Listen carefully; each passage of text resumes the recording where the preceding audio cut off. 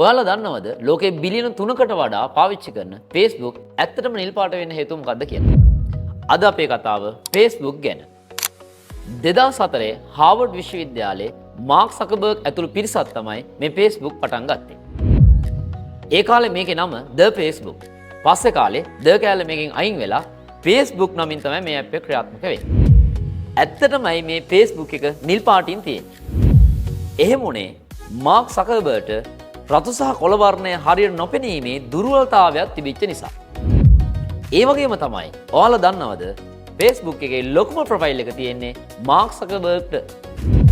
ඔයාට ඕන කෙනෙක් Facebook එකේ බ්ලොක් කරන්න පුළුවන් වුණාට සකර්බර්ග්ව නම් බ්ලොක් කරන්න බැරි වෙන විදිහ තමයි මේ Facebook එක හදලා තියෙන්නේ. අද වෙද්දි ලෝකේ ජනප්‍රියම ඇප් වන WhatsApp, Instagram වගේ ඇප් අයිති වෙන්නේ මේ Facebook සමාගම. දැන් ඔවුන් සමාගම නම මෙටා කියලා වෙනස් කරලා තියෙනවා. මොවුන්ගේ ඊළඟ ඉලක්කය තමයි මෙටාවර්ස් කියන අතත්ත්‍ය ලෝකය නිර්මාණය කරන එක. ඒ කියන්නේ අනාගතයේදී ඔබට ගෙදර ඉඳන්ම යාළුවෝ එක්ක එක මේසක වාඩි වෙලා කතා කරන වගේ අත්දැකීමක් මේ හරහා ගන්න පුළුවන්. මේ වගේ වැදගත් රුතු දැනගන්න අපේ පේජ් එක ෆලෝ කරලා තියන්න.